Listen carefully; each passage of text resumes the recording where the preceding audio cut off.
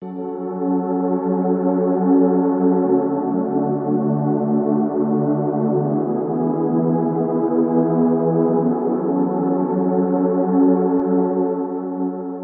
I come to school in the morning and security guards at every corner and every hallway in the building, it's like you're being watched at all times, and it's frustrating.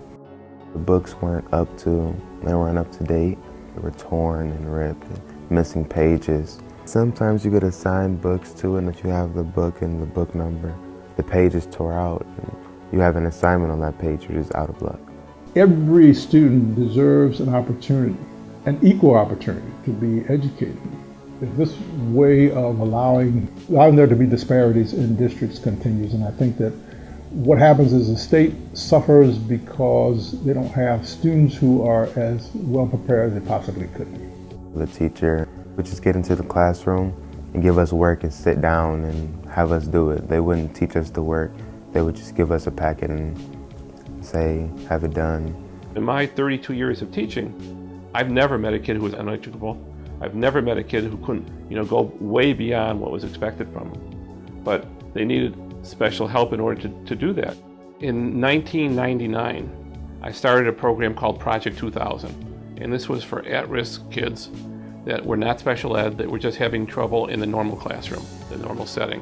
Key components of the program were community service, field trips, guest speakers, and technology. The program was successful because every kid knew that somebody was behind them and was looking out for their backs and wanted them to be successful. We have to appreciate the fact that each student is coming to the table with a different passion, a different perspective, but it doesn't mean that they can't have a solid foundation.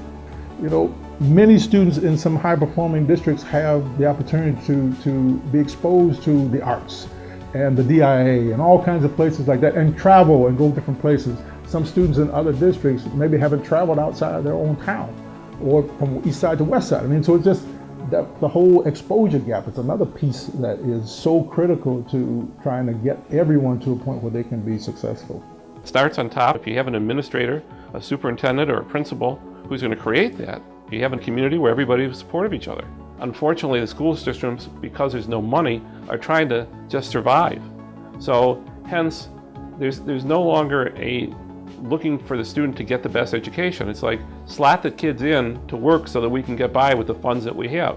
This whole education thing is a partnership. It's a collective partnership between the parents, the school, the community, the state. Everybody has to be a part of it.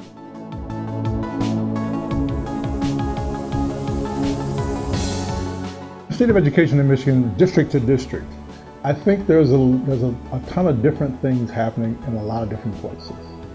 I don't know that there is a collective effort.